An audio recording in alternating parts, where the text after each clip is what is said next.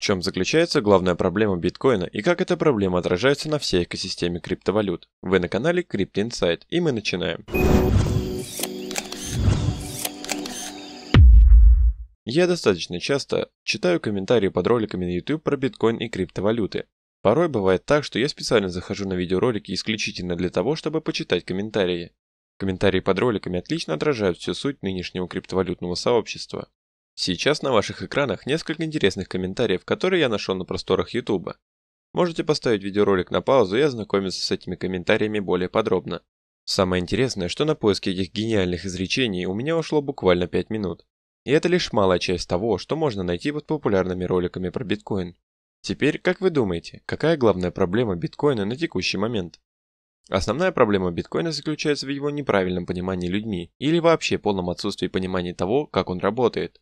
Люди просто не хотят разбираться в биткоине, читать документацию, изучать материалы, касающиеся принципов его работы. Все эти комментарии написаны людьми, исходя не из собственного мнения и проделанного анализа, а исходя из слухов и фейковых новостей, которые они где-то услышали и стали выдавать их за свое личное мнение.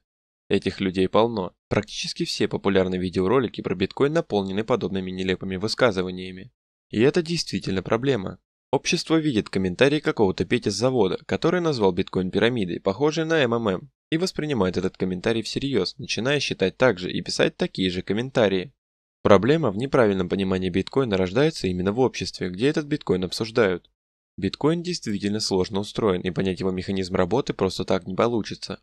Для этого необходимо изучить огромное количество материалов, проанализировать всю эту информацию и применить на практике. И даже этого будет мало. Я постоянно нахожу в биткоине то, чего не знал ранее. Из-за того, что люди попросту не хотят утруждать себя изучением новой и сложной технологии, они предпочли довериться слухам, которые появились по той же причине. Действительно, вместо того, чтобы изучить технологию и в ней разобраться, гораздо проще высрать комментарий про то, что биткоин это пирамида и создан ЦРУ. Если бы люди хоть чуть-чуть изучили биткоин, хотя бы на базовом уровне, то все эти комментарии про пирамиды и проекты ЦРУ казались бы уморительно смешными и нелепыми.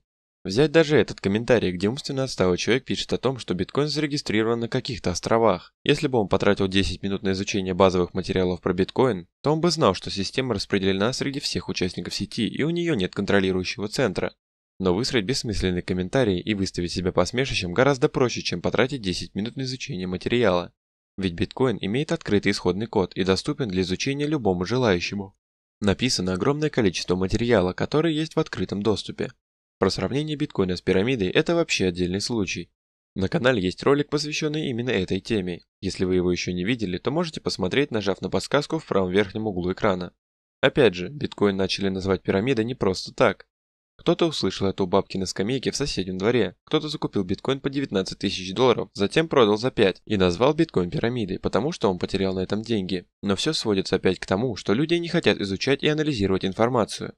Определение пирамиды или же схемы Понци есть в Википедии. И если бы люди просто прочитали эту статью в Википедии, то называть биткоин пирамидой они бы не стали.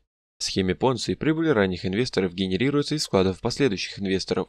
И в схеме Понци всегда есть создатель этой пирамиды, который обещает прибыль в энное количество процентов в месяц каждому из участников. Это же открытая информация, которая доступна каждому. Но даже в 2019 году люди продолжают сравнивать биткоин с пирамидой и называть его вторым МММ. Если бы биткоин был действительно пирамидой, сайт bitcoin.org выглядел бы примерно вот так. Кто-то пишет, что нельзя считать деньгами то, что нельзя потрогать, и приводит в пример золото из World of Warcraft, говоря, что на него нельзя купить продуктов в магазине. Во-первых, есть огромное количество людей, которые заплатят рублями, долларами или какой-то другой валютой за игровое золото из World of Warcraft. И обменяв игровое золото на местную валюту, можно спокойно купить продуктов. Во-вторых, ценность какой-то валюты или товара определяется не тем, что их можно потрогать, а тем, что их можно обменять на другой товар, услугу или валюту. От того, что ты потрогаешь бумажную купюру номиналом в 1000 рублей, она не станет более ценной. Дезинформация о биткоине, которая распространена в обществе, порождает еще большее количество этой самой дезинформации. У кого-то знания о биткоине заканчиваются созданным кошельком на блокчейн.com, который имеет полный доступ к их приватным ключам и средствам. Вы не поверите, но кто-то до сих пор считает, что нельзя купить маленькую часть биткоина. Довольно часто вижу на иностранных ресурсах сообщения о том, что кто-то не может позволить себе купить биткоин, так как он стоит 3500 долларов, а у него всего лишь 150 долларов.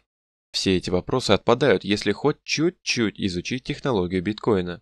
Самая лучшая инвестиция, которую вы можете сделать в биткоин, это инвестировать в понимание биткоина и изучение его технологии. Узнать то, как он устроен, как работает система, полностью изучить его механику работы.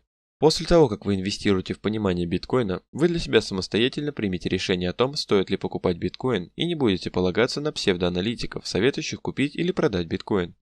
У вас будет свое собственное мнение, основанное на анализе изученной вами информации, а не мнение, основанное на непроверенных слухах и высказываниях людей, которые ничего в этом не понимают.